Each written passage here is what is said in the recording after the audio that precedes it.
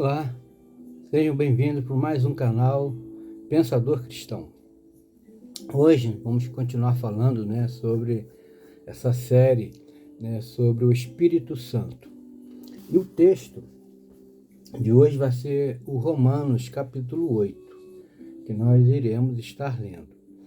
Mas antes de lermos esse capítulo, o que eu quero trazer aqui, a ideia do texto, propriamente dito, é que as pessoas até hoje têm essa dificuldade de entender que o homem ele não tem forças, capacidade, condições nenhuma, humanamente falando, para fazer qualquer coisa que poderíamos dizer que seja agradável ao Eterno. Não tem. É utopia você achar que você pode fazer alguma coisa e não ter condições de fazer. Não existe. O homem não tem essa condição de fazer nada. Então, ele não tem condições. Por mais que ele ache que tenha, ele não tem. E aí, ele fica nessa luta, achando que pode fazer. Eu consigo... quando eu falo fazer as coisas, está no âmbito da santidade, da salvação. A salvação é um ato. A santidade é um ato processo. Você não fica santo uma vez até a eternidade. Não. É um ato processo. Por quê? Que depende também da ação do Espírito Santo. Lembra que na oração, Pai, santifica-os na verdade, a tua palavra é a verdade. Então, não depende, o homem, por mais que ele ache que ele é autodependente, mas ele não é, muito pelo contrário. Se o Espírito Santo, como já falei, ele foi enviado à Terra, para que ele venha justamente convencer o homem do pecado, da justiça e do juízo. É o Espírito Santo que faz a obra hoje na vida do indivíduo, tá? E essa obra, tá? Ela vai terminar, como também diz as Escrituras, até a volta de Cristo. Então não adianta achar. Por que eu estou falando isso? Porque quando nós lemos o texto que nós vamos ler aqui, o Romanos 8, 26, vamos ler? Do mesmo modo também o Espírito nos ajuda na fraqueza, porque não sabemos o que havemos de pedir como convém. Mas o Espírito mesmo intercede por nós com os gemidos inexprimíveis. Mas o Espírito mesmo intercede por nós com gemidos inexprimíveis. Eu vou ser bem sincero, a minha indignação é que alguns comentaristas vão dizer o seguinte, que essa questão aqui de gemidos é o homem, não é o Espírito Santo, é a alma do homem, é o Espírito, está dizendo que é o Espírito. O Espírito Santo, que se ele não mover em nós não teremos força, vontade para orar. E já falei sobre um outro vídeo, vocês podem estar assistindo lá, no outro vídeo,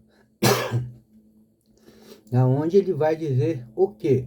Onde eu vou dizer o quê? Que a oração, ela não é aquela oração que você fala, agradece o arroz, o pão, o trabalho, o dia, isso, ok. Mas a oração, eu falei que ela tem três domínios, O domínio da carne, da alma e do espírito. Para você chegar no domínio da alma, é um processo, não é fácil. Então, a oração é um diálogo, Não é só você que fala, acabo me lembrando aqui, embora que já falamos de oração, mas aqui o texto fala de oração também, só que com a ajuda do Espírito Santo, porque nós mesmos não sabemos como orar, como convém orar, né? Palavras que cheguem, né? Palavras que venham chegar, né? Melhor assim, palavras que venham chegar aos ouvidos do Eterno, né? Essas palavras, né, de acordo com Paulo, né, elas não são palavras que chegam nos ouvidos dele como deveria, né? Essas palavras não chegam como deveria chegar. Então, o Espírito Santo, ele entra em cena, então ele vai, então, o quê? Nos ajudar, fazer aquele papel que o próprio Cristo deixou claro lá em João capítulo 16, certo? E com base nisso, é claro, quando eu falo que ele nos ajuda com as nossas fraquezas, a base com isso é aquela questão da queda. Nós sofremos, nós sofreremos, tá? Estamos sofrendo e iremos continuar sofrendo, tá? O resultado da queda. Por mais que Cristo veio, morreu, ressuscitou, venceu a morte, venceu Satã, mas ainda a obra ela continua na ação do Espírito Santo em nossas vidas. Então, de uma vez por todas, nós temos que parar com isso de achar que nós podemos fazer tudo. E nós não podemos fazer nada, né? Deixa eu ler aqui um verso aqui, o verso 22 e o 23. Olha aqui. 22. Porque sabemos que toda a criação conjuntamente geme e está com dores de parto até agora. Ele usa essa palavra gemer no 22, ele usa também no 23. Né? Porque sabemos que toda a criação conjuntamente geme e está com dores de parto até agora. O 23. E não só ela, mas até nós que temos as principais, as primícias. Vou ler de novo.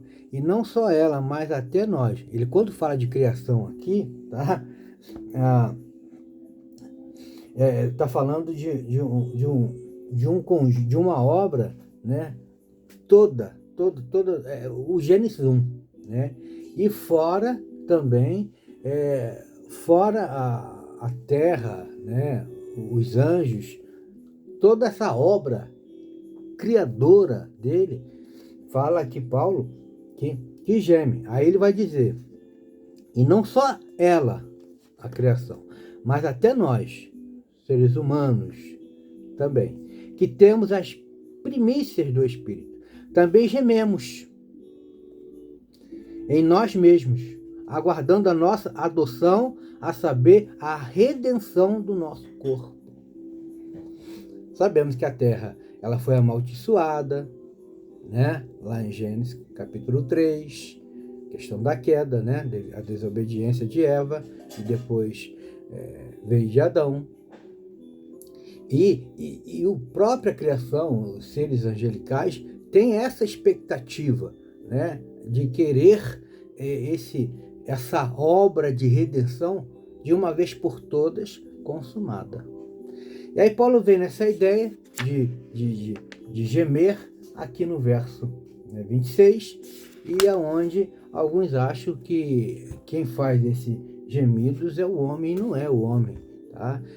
Quem intercede por nós com gemidos inexprimíveis, ou seja, palavras que nenhum vocabulário da língua portuguesa, qualquer um outro idioma, né, vai conseguir traduzir, né, algo no sobrenatural. Aí a importância, né, de nós, né, termos em mente como é importante a oração e sabedores que nós não estamos sozinhos nisso. Só o que nós precisamos fazer, né, é reconhecer as nossas fragilidades. Parar com esse negócio de que somos super homens, super mulheres. Parar com isso. Reconhecer a nossa natureza decaída que precisa da graça a todo dia. Todo dia nós dependemos da graça. Não dependemos da graça só nos domingos. Não, todo dia nós dependemos da graça. Eu vou falar por mim. Eu me considero um lixo, né? Você olha aqui por fora, me vê dessa maneira, desse jeito, mas eu me considero um lixo aqui, ó, os pensamentos. É aqui, ó, que nós realmente que precisa haver essa mudança, né? E hoje, uma vez que ocorre essa mudança nas nossas vidas, é claro que o nosso exterior vai ser o reflexo do nosso interior. Mas quem consegue mudar o interior do homem? O Espírito Santo. E a oração aqui não é só oração Senhor, me dá um carro. Senhor, me dá uma casa. Senhor, me dá um emprego. Senhor, cura minha família. Enfim, a oração, ela não está só nesse período, nesse momento de petição, onde eu denomino como o domínio da carne, que é só pedir. E algumas vezes lembramos, né? Tem que agradecer um pouco. Aí agradece o pão, enfim, né? A oração, ela abrange toda a nossa vida, no dia a dia,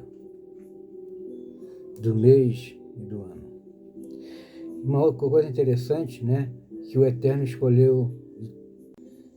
Interessante que o Eterno, na sua infinita sabedoria, na sua infinita grandeza, ele escolheu a oração, um meio, podemos dizer, arcaico de se comunicar com ele. E eu quero terminar, né, falando isso. Que você possamos dedicar a vida de oração. Pedir que o Espírito Santo nos ajude, como ele sempre tem nos ajudado, nas nossas fraquezas, nas nossas limitações. Que ele continue a fazer essa obra no nosso interior. E que possamos deixar, né, a hipocrisia, né, de lado. Deixar a hipocrisia, a mentira, o eu, e sermos cada instante dependente dele. Que a nossa oração seja essa. Espírito Santo, nos ajude, em nome de Cristo, a ser dependente da sua pessoa. Nos ajude a ser dependente. Nos guie, nos oriente. Nos ajude a sonhar os sonhos do Pai. E que, no individual como no coletivo, lá onde reunimos no templo, tirar essa hipocrisia de santos, que é bem da verdade, não somos. Precisamos sim ser santos, mas não mas pelo o agir renovador, regenerador do Espírito Santo. Ok? Paro por aqui. Até breve. Shalom Adonai.